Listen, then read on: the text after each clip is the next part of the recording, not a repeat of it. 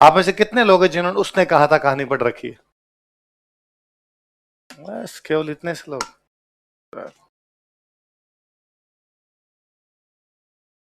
गांव में एक लड़का होता है, एक लड़की से एक तरफा प्यार करता है। एक दिन, अरे इसीलिए तुम पीछे रह गए, है ना, कि कोई गंभीरता, गहराई, इन शब्दों का जीवन में बेहद अभाव रहा। बहुत जल्दी राजी होने वाले लोग रहे जिन्होंने एक बात सुनी कि लड़का और लड़की तित्ते में राजी हो गए।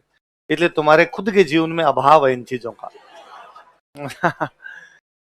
वो लड़का उस लड़की से एक तरफा प्यार करता है। एक दिन उसको हिम्मत करके कहता है कि भाई मैं तुमसे प्यार करता हूँ। वो लड़की कहती है मेरी कुड़माई हो गई। क्या कहती है? अंगूठी दिखाती है, कहती कुड़माई हो गई। कुड़माई मतलब सगाई, पंजाबी का वर्ड है, मेरी कुड़माई हो गई। ठीक है भाई, लड़की अपने, लड़का अपने। लड़का फौज में भर्ती हो जाता है। अभी सालों बाद वो उस लड़की से दोबारा मिलता है, उसकी शादी हो गई। तो वो पूछता है भाई तुम्हारे पति? तो कहते मेरे पति फौज में है। फौज में कौन सी बटालियन? उस बटालियन। अरे इस बटालियन में मैं हूँ। कहाँ पोस्टिंग है? वहां पोस्टिंग। अरे उनकी, मेरी भी वही पोस्टिंग है।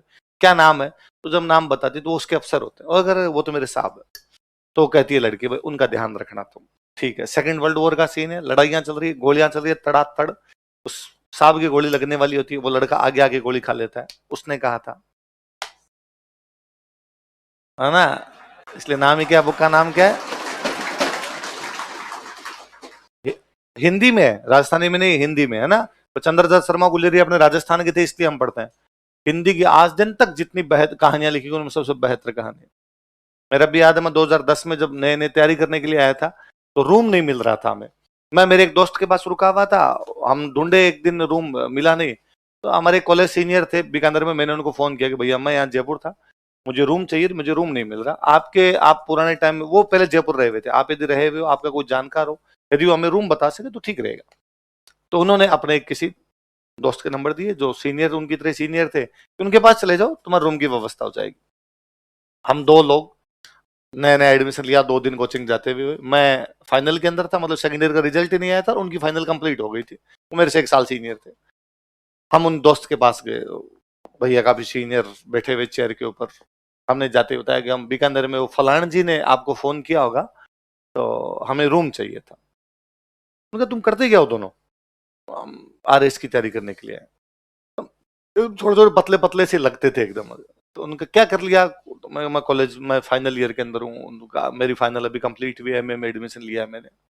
क्यों आए तुम तैयारी करने के लिए? तुम्हें कैस क्यों लगता है कि तुम्हें आरएस की तैयारी कर लेनी चाहिए?